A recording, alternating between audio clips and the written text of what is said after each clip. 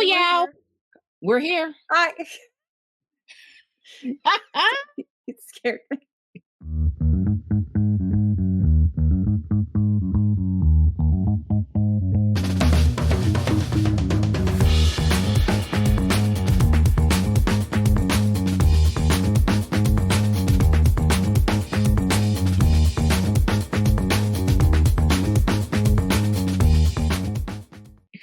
Let me just okay, for those who are listening, you may want to go check out our YouTube video because Alyssa is sitting in her new chair I and love she is my new being chair. swallowed by it, and it looks so comfy.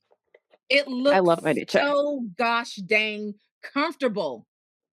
It's It's good. like I four live in it. times her size, and it is I the coziest thing ever.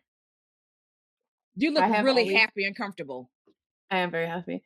I have always had a, like, little foot thing, like, rest on the ground, Mhm. um, and I have to use it now because my feet at the lowest level don't actually hit the ground. That's how Get tall out this of is. here.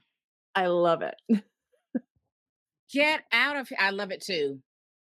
It looks, I like feel the back of it dainty. looks nice and, like, poofy. Am I is that Yeah, what okay, yeah. yeah, it's poofy. Oh, it looks so good.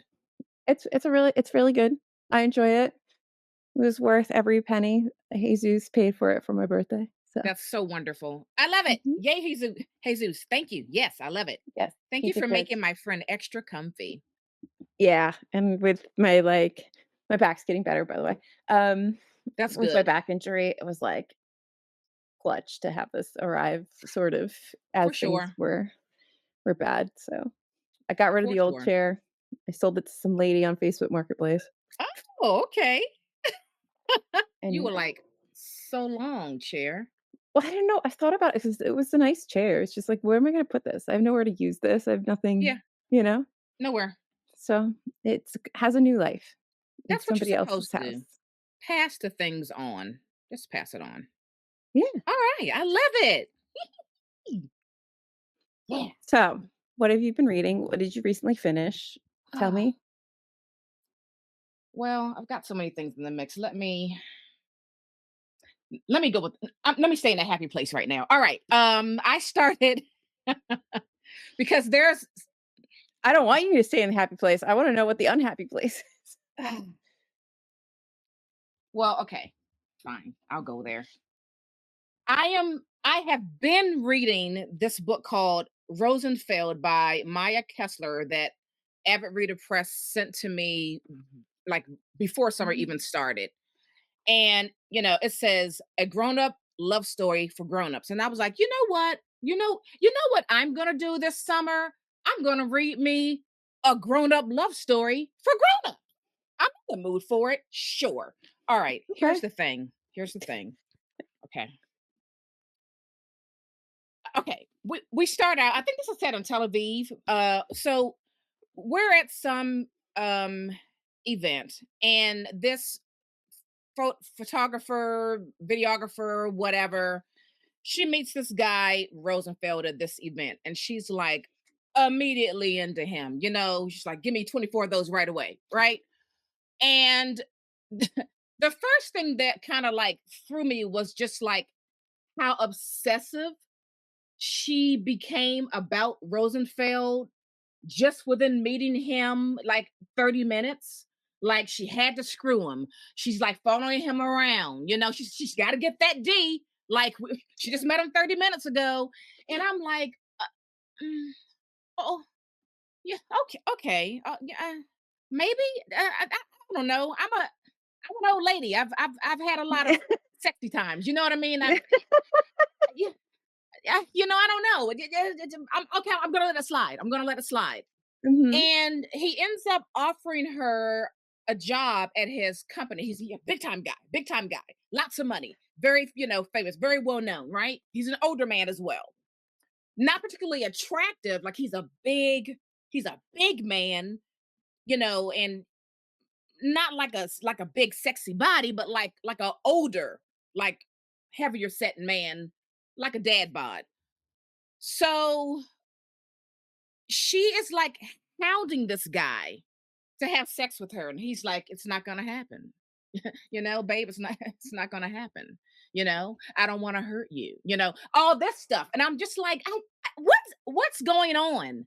How do we jump here so far? And I'm waiting for things to like kind of maybe settle down and and feel a little bit more, I don't know, grown up, but they kind of don't. Let me say this.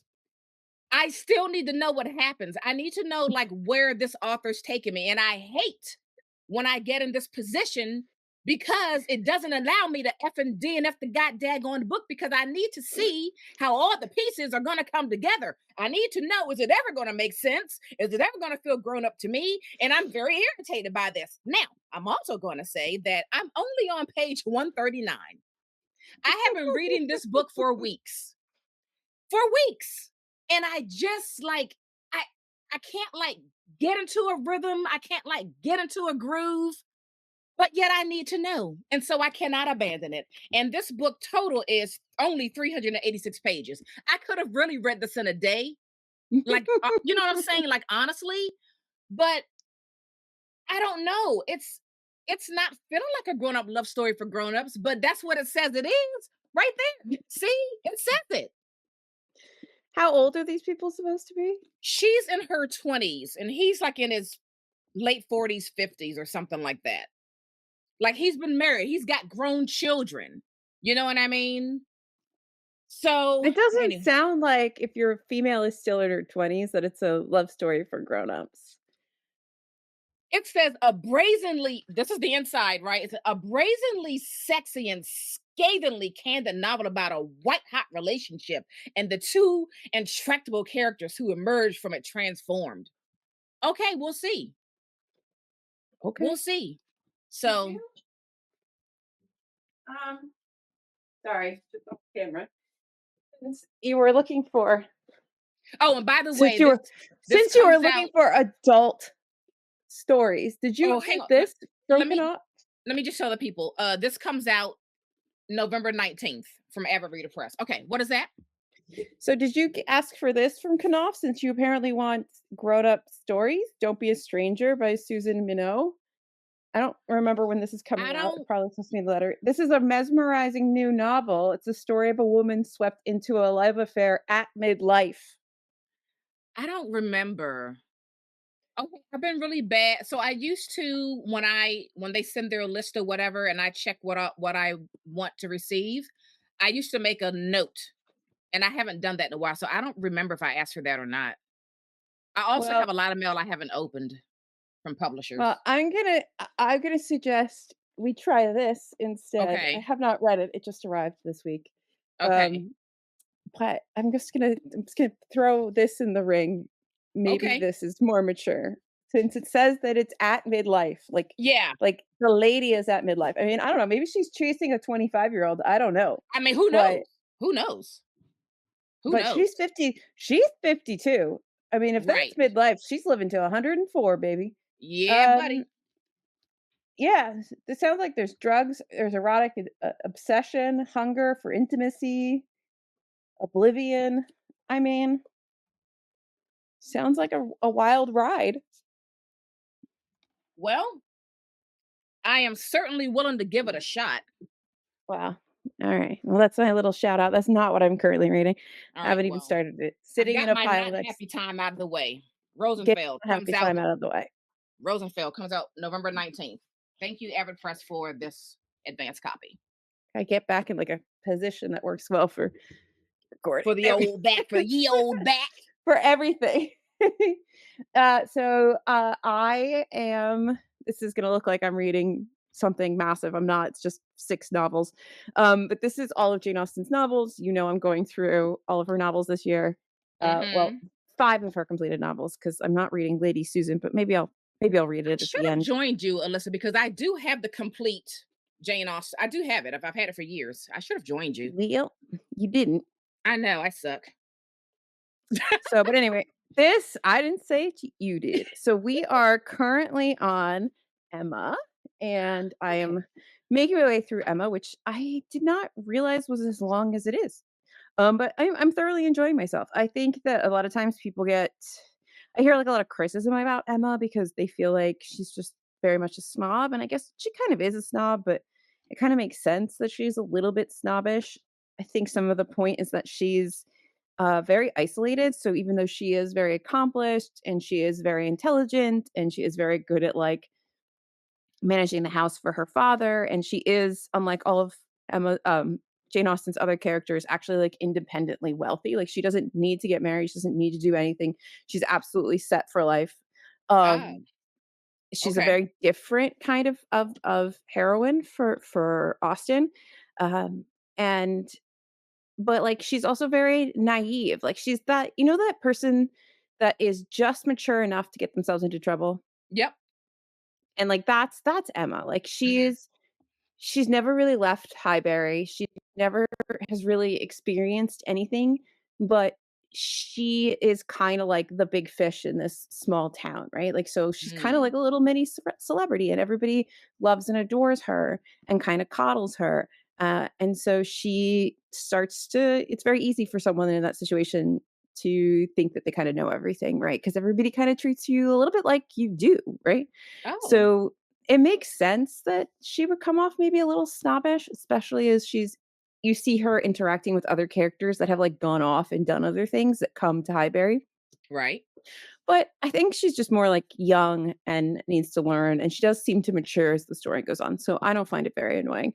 Um, there's 2 very like run-on sentency characters that just kind of ramble and they're very funny.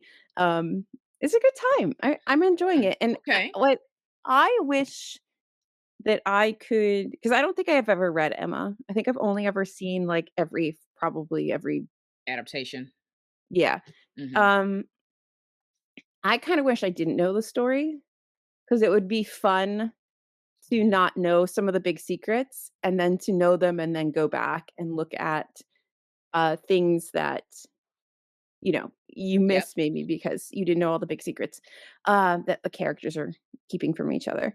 Um, but it is still like but knowing those things, I can see them as I'm reading it. So it's just a very interesting experience. I'm really enjoying just reading all of these, and I think next year I'm gonna do my own thing and do Edith Wharton. Mhm. So, November's goal is to, like, get that sort of teed up on, like, what 6 books I wanna focus on, um, and all that. So, um that will be announced at some point, and I guess I'll lead that, I don't know, in some way, shape, or form. Maybe Nice. I'll do it over on Substack somehow, Yeah, I don't you know. must do it over on Substack. So, anyway, that's this big book. Jesus said to me, "Oh, you're still reading that book?" And I said, "Sir, that's 6 books." And, "Yes." And he's still reading Shogun, so I gave him some shit for I said, "Oh, are you still reading Shogun?" Oh, I've got Shogun right over there. I was gonna read it this year because I wanted to watch the adaptation, but then I was like, I don't feel like it. Maybe next year." Oh, you could have read it with Jesus. See the things you I could have didn't been know. reading with us? You're I done. know. I didn't know he was reading it. Yeah. Yeah. He's got this really beautiful, Barnes& and Noble special edition. It's really nice. It's Oh, got, I've got this like that really old book. it doesn't have a dust jacket, it's, like, the printed on hardcover, which I do love a naked hardcover when they do it like that, Mhm. and it's the first 2 books bound, and it's that nice, almost like textbook paper. It's, like, really Oh, heavy. Yeah, mm, I like it. nice. Yeah. So Okay. anyway, Does he plan on watching the adaptation when he's done with the book? Because I he heard it already is watched it. Oh, really? Yeah. He's a watch He before already you read watched kind of it. guy sometimes? I don't know. I don't know what he is. In this Interesting. situation, yes. So, Okay. he wa Well, he everyone watched said it it's first. spectacular. I think he enjoyed it, but he was telling me this morning that it's, I guess there's an older Shogun, and he feels like that was Yes. more true to the text. Oh, interesting. Okay. Yeah. I I have no horse in this race. I do not know. So Right. Well, before we move on, since we're briefly chatted about book the adaptation, we discussed Margot's Got Money Trouble. That was that episode is coming out Monday. And we did mention that that is going to Oh, is that the be. episode you want to come out on Monday? Because I haven't. Oh, sorry. There it is. Um, I thought you wanted something anyway, else in between those, so I haven't done anything. that I'll that look is that going to up. be an Apple TV series, and Elle Fanning is playing Margot, and Michelle Pfeiffer has been cast as the mom. Oh, So interesting. yeah, so just kind of keeping up with the casting because we both love the book so much, and Apple TV puts out some really, really great shows, like high quality, like all the way around production, direction, cinematography, like everything. So I'm very excited to see how this plays out. So I'm keeping tabs to see who's being cast for what roles and dying to know who's going to be the dad. I'll have to So, see who if Jesus has Apple TV. oh He yes, may have subscribed to it. I don't know. I don't really watch TV, so, I I know. don't know I haven't I really don't watch have any all the TV. So given point. Occasionally, I'll watch something. yeah. Anyway, what are we supposed to be talking about today? Well, apparently there's this thing going around YouTube and Bookstagram, 10 books to the end, the 10 books you'd like to read before the end of the year. So I thought it'd be fun to kind of put our list together and see what does that look like. Okay, Also to we see can do that. will we stick to it? Some of it, yes. I think so. I think so. Because these are books I So, truly want to read by the end of the year. that's very true. Yeah. Um, so do you wanna go first? Sure, sure. My first one is Orpheus Builds a Girl by Heather Perry. Oh, interesting. It says Willem von Tour is dying. As he looks back on his life, he reflects on his youth in Dresden, his grandmother, and his medical career during World War II. But mostly, he remembers his darling Lucy, the dark haired beauty promised to him years before they met. Though only together for a few months in her first life, Willem knows their love is written in the stars, and he assures that death is only the beginning. But through the cracks in Willem's story, there is another voice, that of Gabriella, and she will not let this version of events go unchallenged. She tells instead the story of her fearless sister Luciana and the madman who robbed her from her grave. Mm. Yeah, I think this is like Frankenstein esque. You know what I mean? Yeah, Yeah, so I've I'm I've very seen excited. This has been on my I've list for seen a that really one long around. time. Yeah, so finally I got it, and I'm happy to dig into that. What do you got? Some of these we've talked about before, so for the thousandth time, Time of the Flies by Claudia Pinheiro, I need to read this. Hmm. This is the follow-up to All Yours, and this time our lovely Inez has gotten out of prison, and she is starting to work, and I guess she gets asked to do something interesting, and she has to decide if she's going to do it. I know we've talked about it a bunch, which is why I'm being a little cagey and not saying a lot about this. I Yeah. know Naomi's finished this, right? You finished? No, I'm still reading it. Okay. Hmm. So I've just haven't jumped. I don't know. I don't know where I've been, but I have not been reading this yet. But I will get to it before the end of the year because we need to talk about it, and I need to know That's right. what happens with Inez. I did read like the first couple pages just to get a taste, and it does feel like I'm gonna enjoy myself. Yeah. I love her writing. So even that little taste just makes me feel good. So Time of Flies. Thank you again to Charco. I love that you send me things. You are entirely too generous, and thank you. I don't deserve Yes. you. Yes, Charco. We love you so much. So much. It's funny because I think the Charco folks especially know that we both love Claudia Pinheiro because usually, they just send their little email like, do you want this? But like she was like, hey, Time of the Flies is coming out. You want a copy? They know we're obsessed. Well, we talk about it all the time, so I And mean, it exactly. makes sense. So, Exactly. what's next? All right, my next one is The Obscene Bird of Night by Jose Donoso, and this is translated from the Spanish by Hardy St. Martin, Leonard Maids, and the lovely Megan McDowell. This was a reprint, which I That's pre-ordered pretty. earlier this year. I know this the cover is very interesting, and it says in a maze of musty forgotten hallways, Mudito rummages through piles of discarded objects, muttering to himself, there are plots afoot. Old women are haunting him through the halls, and they are concerned friends or witches out to capture him, bind him, change him into something unrecognizable. The mute caretaker has his own quarry, a young orphan girl whom he will entrap and use in a twisted ploy for revenge. And as the story whirls on like a vortex of rotting lacework, voices that shift and multiply weave a horrifyingly familiar reality out of paranoia, illusions, and lies, where each is trapped within their own Russian doll unstable selves, shrinking, decaying, always scratching towards a memory of youth, power, and glory. What was that? The obscene bird of night. I think I need to read that. Yes, you do. Oh god, woman. You're welcome. I was trying to figure out when this was originally published, but 1970, I think. The obscene bird of night, not that I know Yeah. how to spell And this is obscene. the unabridged version. Why would anybody make an abridged version? I don't know. I don't know. It's not like it's super long. It's only 472 pages. Oh, because it's 73. translated, so somebody probably Oh, translated it maybe. into a shorter version. 475 pages. So not long. Oh, fine. You're like, for the love of Christ, will you stop it? You're Does welcome. everybody the whole world just gives me book recommendations all the time. It's exhausting. I have a job, apparently. I have to read. Can't I read all know. day. I know. Uh, okay, so this has been on our list for about 1,000 times, and it's Oh my finally getting gosh. done. What is it? Black Chalk by Christopher Yates, Mhm. J. Yates.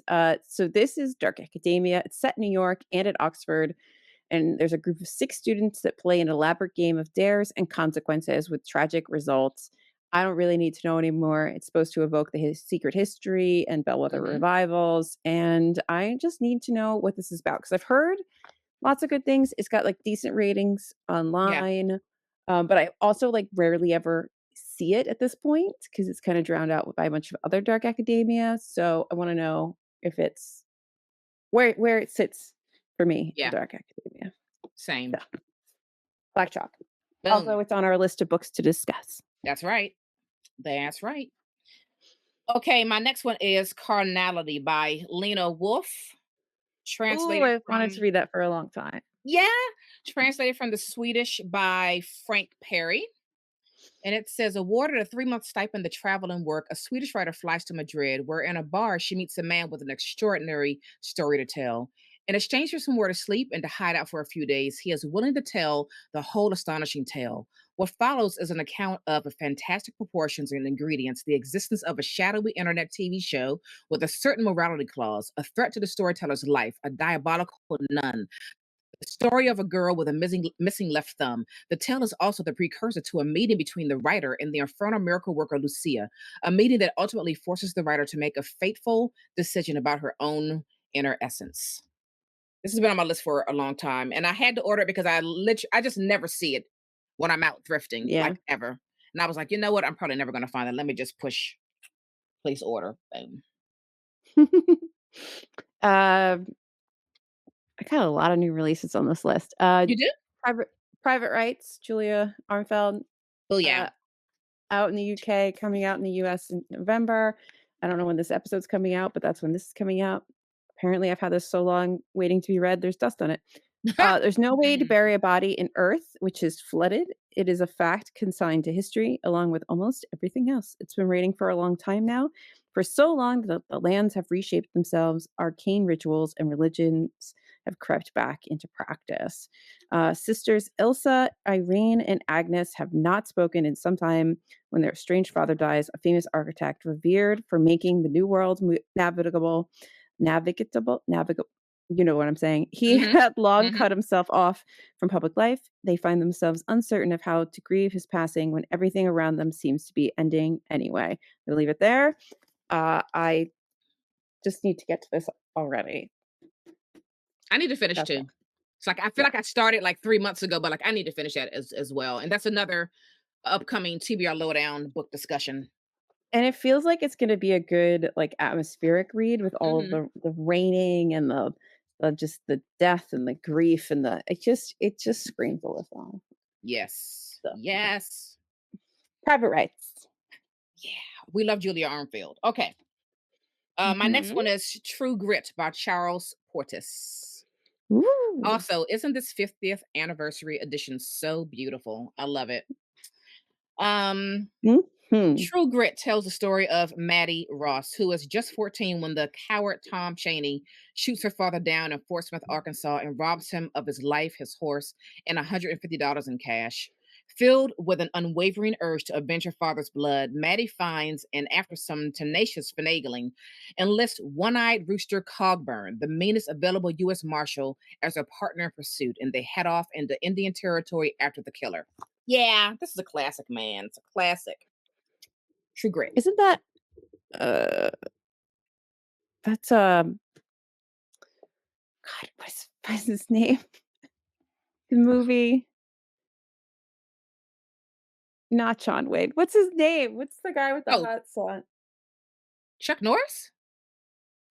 Who we talking about? No. No. Who's Oh god, Charles I'll think Bronson? of it. No. Oh, I don't know. Isn't that a movie? Oh, yes. And who's Clint Eastwood. Oh, yes, yes. Clint Wait, Eastwood has a who's his hot son? sauce. I think he's the director. He's pretty hot. Okay, I'll check him out. Okay, what you got?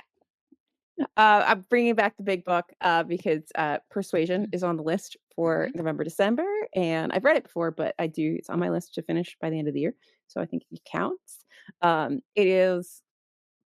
I think as I get older, it edges out Pride and Prejudice as my favorite Jane Austen, but it is good. It is a good story of second chance love. We're gonna use tropes that everybody loves. Second chance romance. Okay, it's probably also one of the more romantic, I think, Mhm. Austen novels of the major 5. So, Okay. Persuasion. I'm done with the big book, I think, for now. Okay. All right. This one I've had on my list for entirely too long, and that is There is Confusion by Jesse Rutman Fawcett. Mhm. I like that one. Um, yes. So There's Confusion traces the lives of Joanna Marshall and Peter By, whose families must come to terms with an inheritance of prejudice and discrimination as they struggle for legitimacy and respect. The novel also explores the limited vocational alternatives available to women of that era, both white and black, and shows the ways in which many were able to escape society's norms to make better lives for themselves and their families.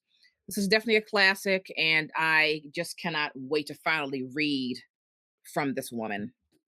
I've got a few of her books, so but I definitely want to read this before the year ends. Wonderful. I do like that edition. Yeah. So I'm actually supposed to be starting this week as we're recording, and this is I'm gonna say this probably wrong. The Nanoquich. This is out from my mouth stopped working. This is out from McNally Editions. This is written by Henry Bean. This came in my I have their like I guess it's quarterly subscription or seasonal Mm-hmm. subscription. So this was one of the books that came in that, and that I haven't in one of our other videos. We'll talk about the other one, but so I will read you what this is. One day, eavesdropping on a phone call, Harold Rabb, a writer with nothing to write, hears his roommate refer intriguingly to a woman Harold has never met. Curiosity leads to obsession and to an affair with the married Charlotte Coben, all of which Harold faithfully records in the notebook that becomes his deeper obsession. As the relationship with Charlotte complicates and darkens, Harold's poisons emerge. He's discovered a subject he can write about, but now reveals himself as someone whose intelligence, wit, and sexual delirium mask a terror of human connection. Adrift in the ruins of 1970s Berkeley, he is, like the dark hero of a 19th century romance, disastrously unprepared for actual love and even for life. So it's really originally came out in 1982, and McNally has just reprinted it. And Mm, I have okay. read like have I read 2? I've read 2 books from McNally so far, The Ex-Wife and, a book I'll talk about at the end of this this episode. And, I'm very impressed with the stories that they're coming out with. So I have a whole stack of McNally's to get through in general. Nice. So that is the Nanoquich. I that. by Henry Bean. It's beautiful. I do love their copies. I like the art Yeah. that they pick for the Yeah. covers. The cover art is really well done. They should It's give really all those nice. people a raise. Mhm. Here, here. Okay, another one that's been on my list forever, and it's Corregidora by Gail Jones. This edition Mm. that I'm holding up is actually three of her novels. It is The Healing, Corregidora, and Eva's Man. But I really want to read Corregidora, which was edited by Toni Morrison. Oh, interesting. Yeah. So it says I had to pull it up on my phone. In Corregidora, it's the tale of blues singer Ursa, consumed by her hatred of the 19th century slave master who fathered both her grandmother and mother. History and fiction have yielded little about those Black slave women who were mistresses and breeded to their white owners. There are some facts and figures, but they tell us nothing about the women themselves, their motives, their emotions, and the memories they passed on to their children. In this novel, it is a gripping portrait of this harsh sexual and psychological genealogy. I'm so excited to read this book and to finally read Gail Jones. I also found in my in one of the many books boxes of books of my dad's, he has a poetry collection by Gail Jones, Oh, which I interesting. plan to read at some point. It's interesting to see like how a lot of our taste crosses over. Yeah. You know what I mean? Your dad So have a lot of I yeah, I like that love you those get to go surprises. through I like that you get to, um, rekindle that, relationship with your dad through his books. I think Yes, it's really lovely. it's really Um, lovely. yeah. So for you Um, folks out there that are like, "Oh, your kids aren't gonna want your books when you die," that's a freaking lie because I'm so thankful that I have all my dad's books. So, yeah. what's next? I'll leave all my books to Caleb.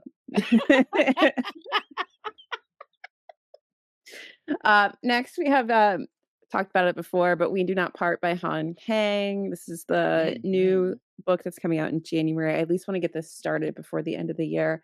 So it's done in time before it comes out January 21st.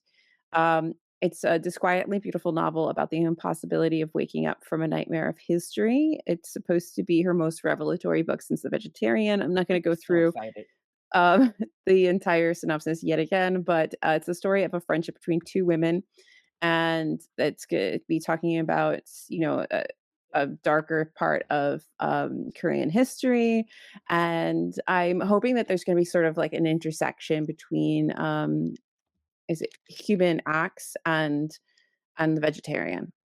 Is kind of what I'm hoping for in terms of feel. Mhm. So we'll see when I start it. So yeah. We Do Not Part by Hong Kang. Very excited I'm for that. I'm very excited And to read it. congrats on the Nobel Right? Prize. Also, how crazy was it that I recently, what, like a month ago, bought those 2 missing, well, 3. I had read one, but I hadn't read the other 2. What, Human X and The White White Book. Right. So, I'm glad I already bought those weeks before because I'm sure the prices have gone up, so I'm very happy about that. Well, The Vegetarian seems to have been sold out in a lot of places. I keep seeing, little bookshops say, "Oh, they're back in stock," and I've seen, on bookshock.org, it was out of stock and then back in stock. So people have Wow. definitely been at least for The Vegetarian. I don't know if I Yeah. looked for the other ones. I still don't own Human Acts or The White Book, but one day I will. Yeah. But I have read them and I really enjoy them for different I don't own actually, the only one I own is The Vegetarian. I have copies of, I think the other 2, the new one and the one before this, Greek Lessons. Yeah, that was the only one that I owned too. I had only owned The Vegetarian, and then when we, read Greek Lessons last year for our book discussion, I borrowed that from the library, and I knew that you had read the other 2 and loved those, and I wanted to get them. So I was just, "Let me just order the rest of the Han the Han Yeah, Kings that I haven't that I don't own." they're very different, right? Yeah. You'll see. They're Yeah. all sort of different kinds of books, but there's a lot Mhm. of it's just really good. I think Yeah, it was I'm excited. well deserved. I think, Um, so because I'm a part of, Eric Carr Anderson's, Discord, and mhm. I think they're reading one of her books in November. I think it's If Human it's not X. the you should read it with them. I am. I am. Human So I'm there's a excited scene about with, that. like, this there's a scene with this pile of bodies, and it stuck with me. Anyway, what you got next? One of Dad's books. Nice. This is Tell Me How Long the Train's Been Gone by James Baldwin. I am still working my way through his backlist. Thankfully, is going through some of Dad's books or whatever. He had like four Baldwins, so those ones I didn't have to buy. And this is one of them. Back when they had the big author photos on the back. Yeah. Can we go back to that publishing industry? Let's go back to that. No, then Anyway, there's no place for random blurbs. that's true. Okay, it says at the height of his theatrical career, the actor Leo Proudhammer is nearly felled by a heart attack. As he hovers between life and death, Baldwin shows the choices that have made him invariably famous and terrifyingly vulnerable. For between Leo's childhood on the streets of Harlem and his arrival into the intoxicating world of the theater lies a wilderness of desire and loss, shame and rage. An adorned older brother vanishes into prison. There are love affairs with a white woman and a younger black man, each of whom will make irresistible claims on Leo's loyalty. And everywhere there's the anguish of being black in a society that at times seems poised on the brink of total racial war. Overpowering in its vitality, extravagant in the intensity of its feeling, Tell Me How Long the Train's Been Gone is a major work of American literature. I'm ready for it. Give it to me, Baldwin. That's a chunky Baldwin. Yeah. Yeah. Yeah, it is. Let's see, it 484 pages, but the font's big though. But still, I mean, that's pretty a Yeah, robust. like it's not a Giovanni's room. Yeah. That's exciting. Yeah. And I sent you the little bit of the Baldwin stuff that I got to see at the New York Public Yes, Library. you did. Thank you for that. That was really great. You're welcome. I get why the bulk of his, like, exhibity things are in Harlem, like, I 100% get it, but Yeah, selfishly that day, I was so annoyed. Can you just but I was really excited that they had something, so I I could check it. know. So, that was a nice, like, little That was a surprise because did surprise. you know? Yeah. No, because we went there for there's an exhibit on, like, the Bohemians, Yeah. in Greenwich Village, and there was an exhibit on Byron, which I kinda wanted to see, and then they have this treasures room, which is just a bunch of things that they've like, from all of their collection, like, I can't remember what she said, but I feel like it was, like, in the millions of things that they own, um Mm, like the actual library itself, just like documents, ephemera, objects, like all these things. So they have this treasures room, which is an assortment of things that they own from like the Gutenberg Bible to Charles Dickens's writing desk to like mm, pieces of um like fibercraft from women from all around the world to like a whole collection of James Baldwin stuff. that's amazing. Um, so I just kind of rounded a corner because I was annoyed because I also wanted to see I was going through the library's website and I was like, "Oh, that would be really cool. I could see like Baldwin and this and that and da, da, da." And then I looked at where it's actually located and the actual like full exhibit, it was up in the Harlem branch, which totally makes sense that it would be Yeah. up there, but I couldn't get up there that day. Right. So Yeah. I was like, "But I want to go see it." So to have that little taste of Baldwin was really nice. That was so Yeah. nice. Yeah. All right. What do you Um got? I got and I think you've already read this, but Blue Sisters by Oh Coco yes. Shores. Oh yes, I ma'am. I wanna know where I fall on this because I've seen very mixed feelings on this. I have two. Some people love it, some people thought it was terrible. I need to know where I sit on it. Um so yeah, we'll find that out because I actually my Libby hold on the audiobook came in, so I'll throw that into rotation this week. Yeah. So we'll see. But it's three estranged sisters return to their family home in New York after their beloved fourth sister's death in this unforgettable story of grief, hope, and the complexities of family. So it sounds like all things that I would really like. We shall see. I've heard some critiques, I think, about, like, the way the sisters are portrayed just doesn't feel right or just all kinds Hmm. of little things, but I don't know. We'll see where I fall. I But Blue loved it. Sisters. Cleopatra and Frankenstein is still my number one favorite. Cleopatra and Frankenstein hit too close to home sometimes. Yeah, it hit way too close to home. That's still my favorite, but I also really love Blue Sisters, and I will read anything Coco writes. Yeah, Cleopatra and Frankenstein, and what was the one you made me read with the dog? Days of Abandonment. Oh yeah, mm-hmm. Yep, Too close to home. Too yep, close to home, Naomi. yep. Mm-hmm. Mhm. Mm-hmm. Next. All right, next for me is The Deluge by Stephen Markley. Oh, I every time that audiobook comes in, I'm like, "Yeah, not yet." It's a nice, we love a nice chunky book. I haven't been in the mood to get into that one, but I do have Found it this at somewhere. McKay for 6.99. I found it in where did I find it? I found it somewhere on Oh yeah, our yeah. adventure. Okay, Anyway. so it says in the first decades of the 21st century, the world is convulsing, its governments mired in gridlock while a patient but unrelenting ecological crisis looms. America is in upheaval, battered by violent weather and extreme politics. In 2013, Tony Pietris, a California based scientist studying deposits of undersea methane, receives a death threat. His fate will become bound to a stunning cast of characters: a broken drug addict, a star advertising strategist, a neurodivergent mathematician, a cunning eco-terrorist, an actor turned religious zealot, and a brazen young activist named Katie Morris, who in the mountains of Wyoming becomes a project that will alter the course of the decades to come. That's all I'll read. I'm excited. I'm excited. I've heard good things.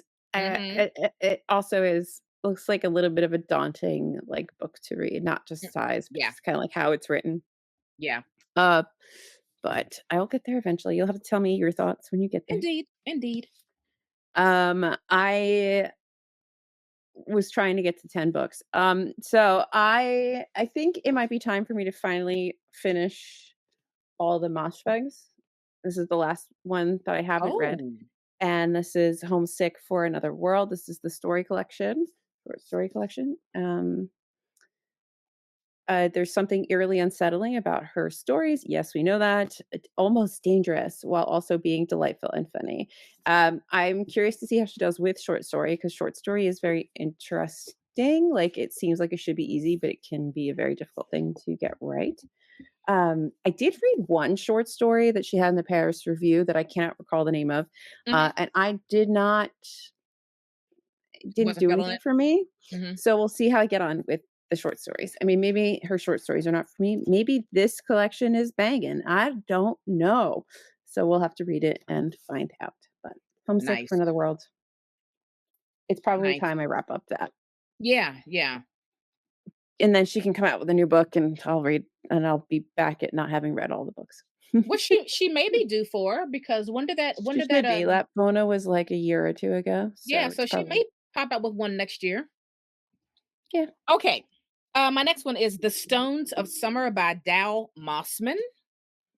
Nice. Another McKay find, another chunker. Only cost You me do a like good it. old 57 cents. We're the cheapest book people. In the world. Okay. It says Dawes Williams is not an ordinary 8-year-old. Even his innocence is unconventional, part mystical, part poetic, intent on questioning both the myths of his curious family and the mysteries of his hometown of Rapid Cedar, Iowa, as the 1950s began. Charting the odyssey of this wise and sometimes wild child through 3 decades, Mossman renders the shifting prospects of Dawes' experience with a literary invention that is exceptional, captivating, and quite often breathtaking. The lyrical pent-up exuberance of childhood summers on his tyrannical grandfather's graveyard farm gives way in the middle of the book to the dangerous and often vividly funny eccentricities of Dahl's brilliance and delinquency as he weathers the absurdities of 50s adolescence in the American heartland.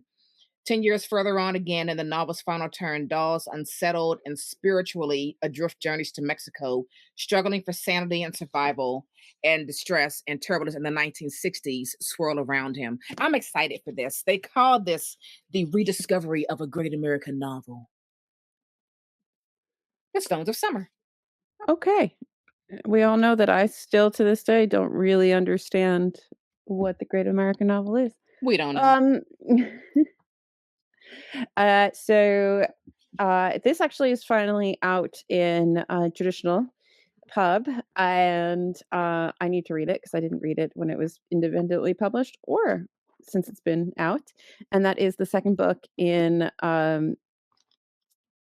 Rebecca Thorne's like cozy fantasy series, and that is A Pirate's Life for Tea. I know Ooh, Jess Owens is reading the first one right now, so I'm hoping that we can read this together. But this follows a new cast of characters, and they're going to link in with the old characters. But basically, it's pirates, and there's more lesbians. So I'm here for it. nice. So yeah, Nice. uh, A Pirate's Life for Tea. I just got an email about the arc for the third book in this quartet that's coming out, I think, in March next year. Mhm. I can't remember what it's called, but I'm excited to continue on. I just, you know, I love Rebecca Thorne. She just Yes, you makes me do. happy. This is the dedication to the people who gave me 1-star reviews because the first book had lesbians. I doubled the lesbians in this one just for you. Nice. Nice. Go, So Rebecca. yes, so that's that. It's got Okay, to be am a I? cozy fantasy somewhere. Yes, of course. All right, my final one that has also just been on my shelves, just waiting to be read for years. The Shape of Ruins by Juan Gabriel Vasquez, translated from the Spanish by Anne McLean. Sort of chunky. Ooh, I like that cover. I know, right? It feels very mysterious. Okay, The Shape of Ruins is a sweeping tale of conspiracy theories and personal twisted obsessions. When a man is arrested at a museum for attempting to steal the bullet written suit of a Colombian political murdered decades ago, few notice. But soon, this thwarted theft takes on greater meaning as it becomes a thread in a widening web of popular fixations with contemporary conspiracies, historical secrets, and famous assassinations, haunting those who feel that only they know the real truth behind these killings and the mysteries surrounding them. This novel investigates the darkest moments of a country's turbulent history and reveals how past violence shapes our present lives in surprisingly personal ways. A riveting read, beautiful and profound, eerily relevant to our times and deeply intimate. The Shape of Ruins is a powerful tour de force by a master of sophisticated suspense. Boom! Number 10. Number Bam, The 10. Shape of Ruins. All right, my number 10 is dirtier than I remember, but it is used, so I can There keep you it a have little it. a little clean with a little alcohol pad. Anyway, and Aw. that's Milk Fed by Melissa Broder. I have not read this one. Um, I did read The Pisces. I did read Death Valley, but I have not read Milk Fed. So I think she only has 3 novels. I have Yeah. one of her poetry collections. Um, I think I have So Sad Today. I'm not sure. But anyway, so I am very curious to see how I get on with Milk Fed. Um, I know that it talks a lot about, I think, her struggle with eating disorder. I think that's kind of Oh, what this story is sort of based in. So I have heard some people that have struggled with it. Some have felt it a little like fat shamey, but I think in the context of somebody who struggled with eating disorder, I think that changes the perspective a yeah. little bit. But anyway, this is a scathingly funny, wildly erotic, and fiercely imaginative story about food, sex, and God from Melissa Broder. Rachel is 24, a lapsed Jew who has made calorie restriction her religion. By day, she maintains an illusion of existential control through obsessive food rituals while working as an underling at a Los Angeles talent agency. At night, she pedals nowhere on the elliptical machine. Rachel is content to carry on subsisting until her therapist encourages her to take a 90-day communication detox from her mother, who raised her in the tradition of calorie counting. She soon meets Miriam, a young Orthodox Jewish woman who works at her favorite frozen yogurt shop and is intent upon feeding her. Rachel is suddenly and powerfully entranced by Miriam, by her Sundays and her body, her faith, her family. And as the two grow closer, Rachel embarks on a journey marked by mirrors, mysticism, mothers, milk, and honey. So Hmm. I think it's going to be like weird. I mean, it's Melissa Broder. It's going to be weird. And Yeah. very curious to see how I get on with it. I'm also enjoying taking this sticker off from Savers or wherever I bought it. Wow. So yeah, that'll at Huh. least get me through all but the poetry collection of the Broders that I have Right. in my little collection. So Right. I love it. I love it. I'm excited. I'm excited for these 10 to the end. Yeah. Uh, yeah, the problem is there's also several other things because 'cause I'm doing some sort of weird reading challenge with some of my book friends, I and, don't there's a lot of stuff on this plate, Naomi, just so you know. The end of this listen. year is gonna be a marathon, okay? Listen, I don't even want to talk about all the various reading things I have going on. It is a goddamn nut house in a zoo over here. You understand? It's bananas. It's bananas Absolutely because bananas. it's bananas because you decided to read Les Mis. Well, you know what though? That's the easy part. I do need to catch up on the reading schedule, but like I'm in all these different reads, you know? It's this one particular Discord that I'm in where they're like super, super, super active and like buddy reads are happening all the time. It's like, ooh, I've got that book. I've been wanting to read it. Sure, sign me up. That's what's going on in my life. Oh, yeah. I don't buddy read, really. I've been having a good time though. You know what it's been taking me back to? It took me back to like, in the heart of the pandemic when we were in our chat group and we were buddy reading all the time. That's what it took me back Yeah. to. Yeah, which I was mean, I fun. do like a buddy read, but I feel like I just end up overcommitting myself, so I have to, like, control myself. Yeah, yeah. Be very sparing with buddy reads. I But what's understand helped that. is, like, so Hob is, like, a giant buddy read, and we've been Mhm, using the Storygraph buddy read feature. mhm. And so basically, I think I'm in a buddy read for like every hob. And so there's a whole bunch of us that are on different points in the hob journey.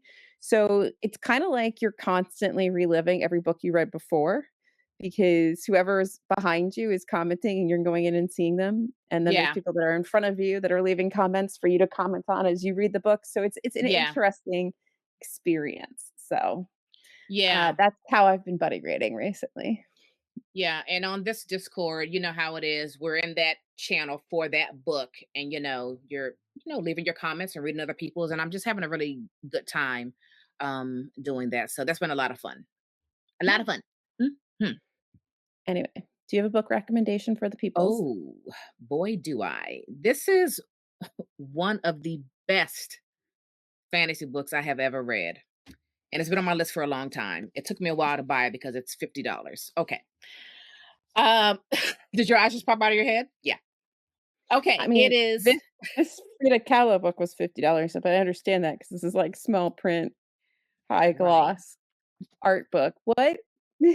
Yeah. What This is is your also it's independently published. So this is Dreams of the Dying by Nicholas Litsu or Lutzow. So this is the book. The cover is just absolutely stunning.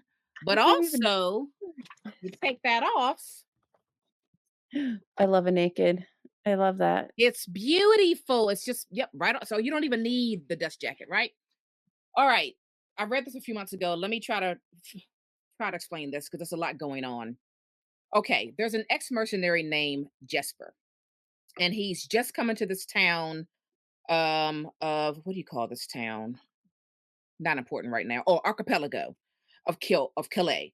And there's a lot of political stuff going on. The social tensions are like really crazy. You've got your classic have and the have nots.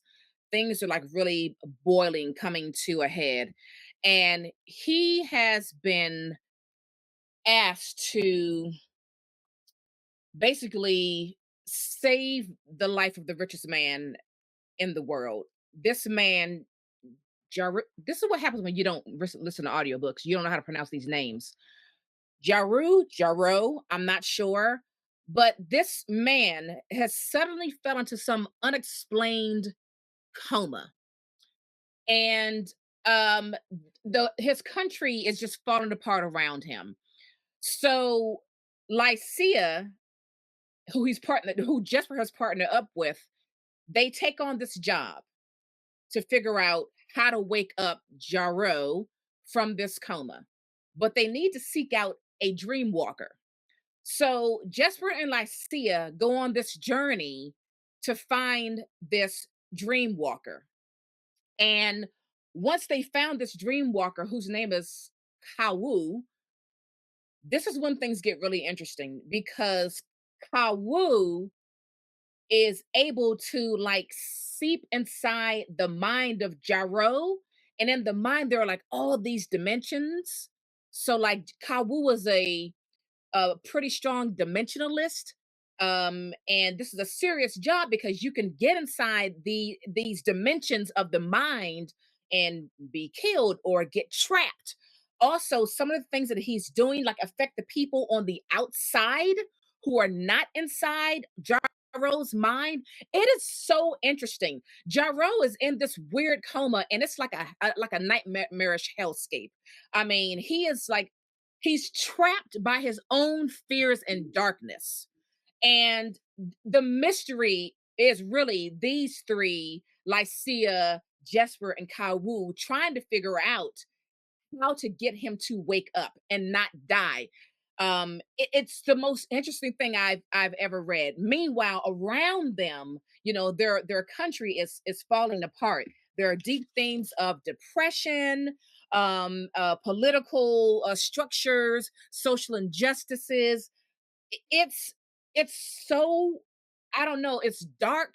It's gripping. It's entertaining. It's very suffocating at times, especially when Kawu is like in his mind. Um it, it's it's dealing with identity. There's a lot of queerness in this book. This book was phenomenal. I've never read anything like this. Now, this is the first book in a series, but Oh, wow. but this book feels very complete. This Hmm. feels complete. So I don't know when book two coming out. This came out in 2020. Dreams of the Dying Mm. of the Dying. I don't know when book two's coming. I'm always on the author's website. I check, once a month or whatever, and I'm subscribed to his newsletter because that's how much I love this book.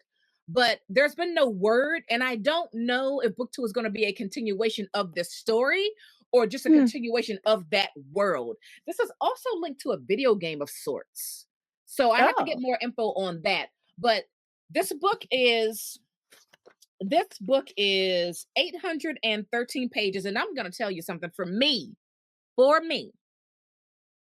every page was worth it. Every page was worth it. interesting. It is so dark and gritty and heady.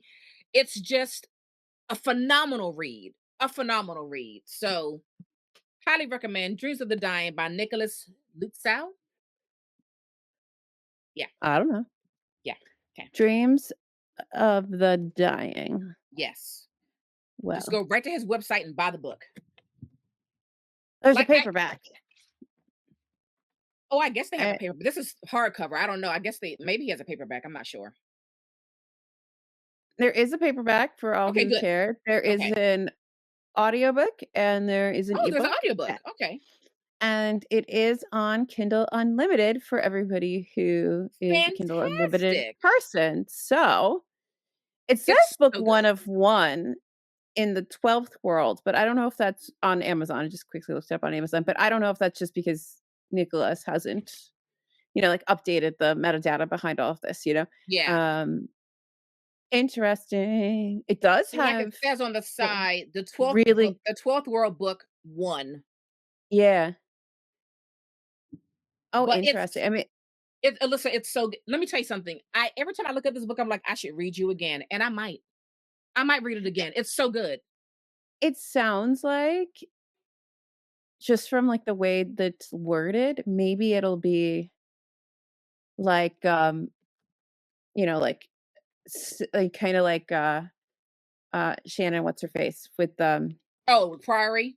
yeah, that it'll be, like, Hmm. the same world kind of thing. All I Um, know is whatever this man writes, honey, I'm buying it and reading it. That's all I know.